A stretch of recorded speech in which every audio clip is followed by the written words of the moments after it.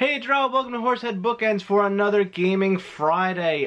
Two videos I'm doing this week. One is an unboxing of, well, sort of an unboxing, or maybe an unwrapping, of the neoprene mat I just got from Lord of Hellas, and a pair of dungeon battle maps, which I will post a link below, and I'll put a link to in the corner up there. And for this video, I am going to do a quick playthrough and review of The Magnificent by Aporta Games. The Magnificent I got at the end of 2019, so I played it a bunch of times, and it actually is on my top 10 list for 2019, and I will post that link below and up in the corner as well, so you can check it out. But right now, we're going to go over to the table, I'm going to set it up, I'm going to do a quick playthrough of it so you can take a look at it. The Magnificent is a 1 to 4 player dice drafting game with a tile laying mechanic, which is very interesting. You are a traveling magician, and you need to build up your tricks to perform them to sell the most tickets to your show. The one with the most victory points, or that you get from tickets, wins at the end of the game. It's super interesting. I love a good dice drafting game like Trois, which is one of my favorites, and I really had a lot of fun with this game.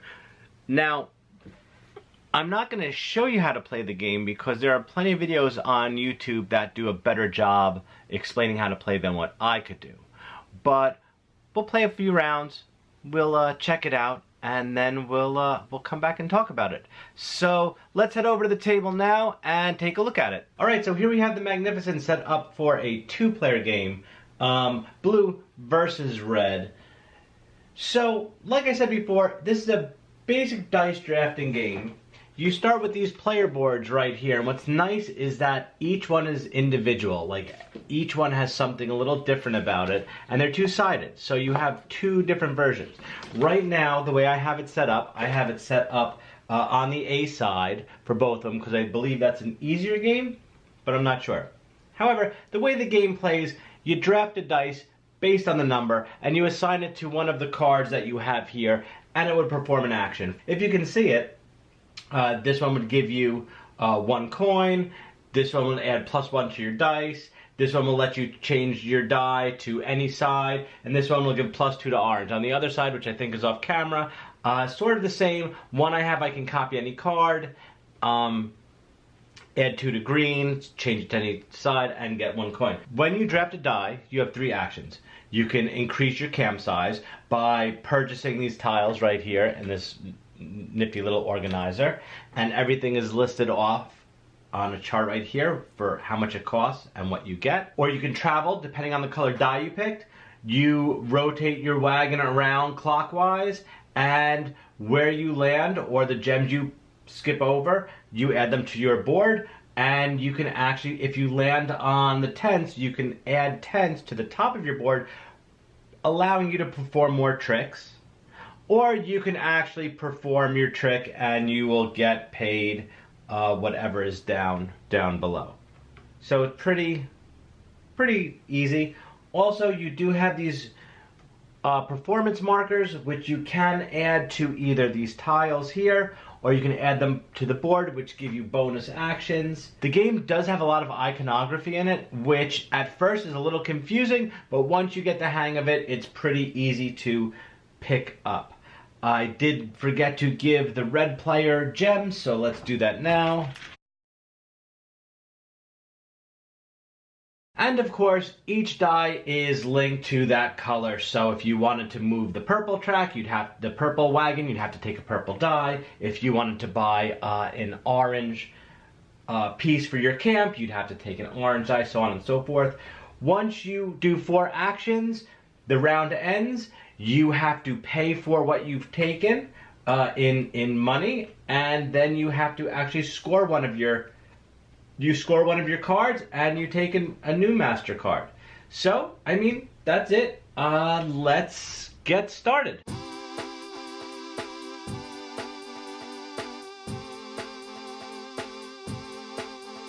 So what I did was I took an orange 3 dice.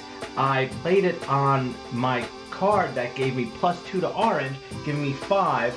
according to this chart right here, 5 will give me a big piece. I bought a big piece because that is the starting trick I have. So I can perform next round if I want to, but I am ready to perform this action if I need to. And by laying it on, when I placed it on my board, I did cover up 5 tickets. So I got 5 tickets already. One rule when placing your camp, the camps have to touch. You have to have a camp next to another camp. You can't build one on one side of the board and then go all the way over to the other side of the board to build it. All right, so it is Red's turn.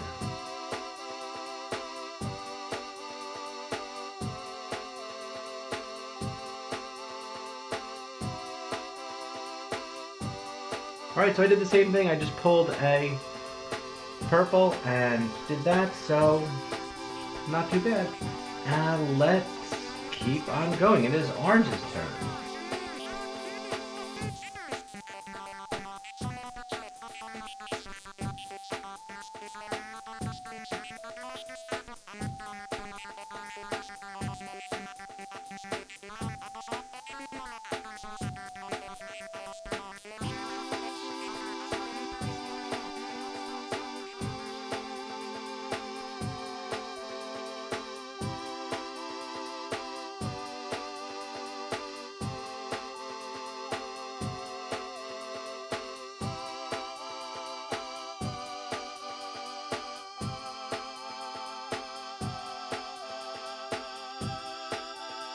Alright, so that's the end of the dice placement phase. Now we need to pay for upkeep. Alright, so I have 6 green for 7 orange. I have to pay 7. You pay the most amount for what you have. So I have to pay 7. So 5, 6, 7. Get paid. Red has to pay. We got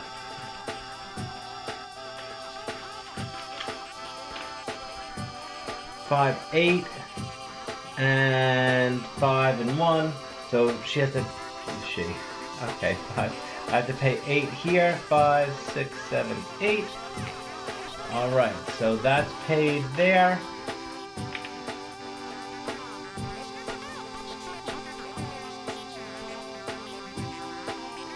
And for some reason, if you can't pay, you start losing tickets or points. Alright, so we paid what we owed for our dice.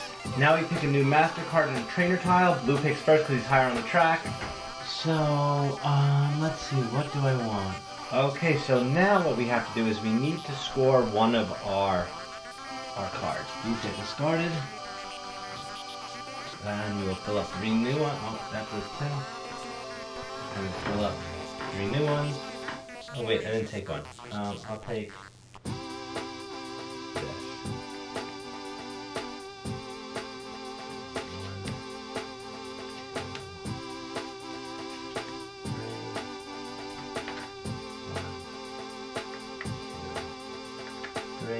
These slide down. Now red will be the start player.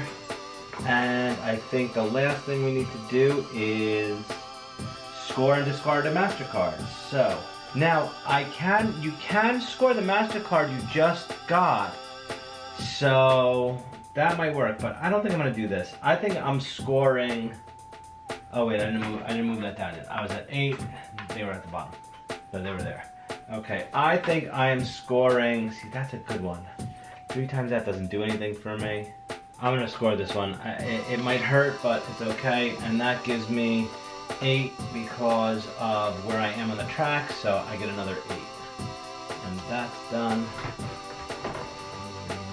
1, 2, 3, 4, 5, 6, 7, 8. Okay. So it seems like it's kind of a runaway game right now. However, with what I'm going to score for the red player, it's going to be pretty good. So I am scoring this one. It gives me 3 tickets for each orange, green, or purple gem. I have 1, 2, 3, 4, 5. So it's 15 points right there. So not too bad. I did make a big jump. However, I didn't perform last round. So that might have been, that's the reason why I'm falling behind, where red is falling behind. But I still do have 3 performance markers that I have to use. Hat figures slide down.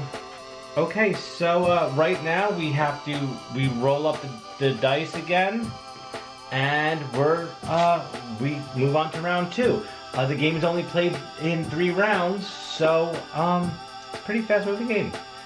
But there's a quick view of the Magnificent. Let's head back to the office and talk about it. Okay, so that was the Magnificent by Aporta Games.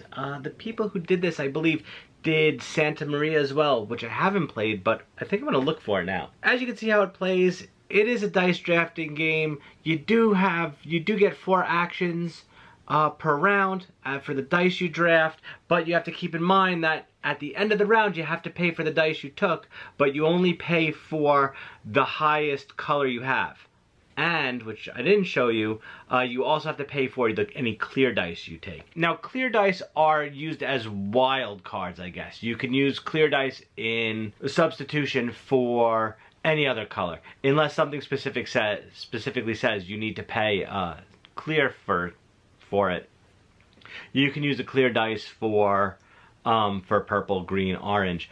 But when you have to pay at the end of the game, you might only be paying 7 coins for your purple, but if you have a clear 6, well, you got to pay 13 now, which makes the game pretty difficult when you're trying to balance out what dice to draft as opposed to what you have to pay. So there is a good risk versus reward mechanic going on there. I absolutely love the game. I think it's terrific. It was, I think, number 3 on my top 10 list.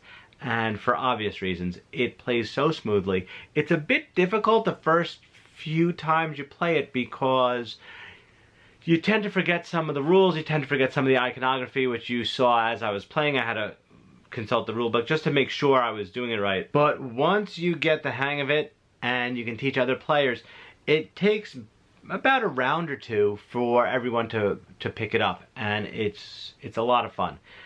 And games, I don't find there's too much analysis paralysis with this game when you're trying to make a choice.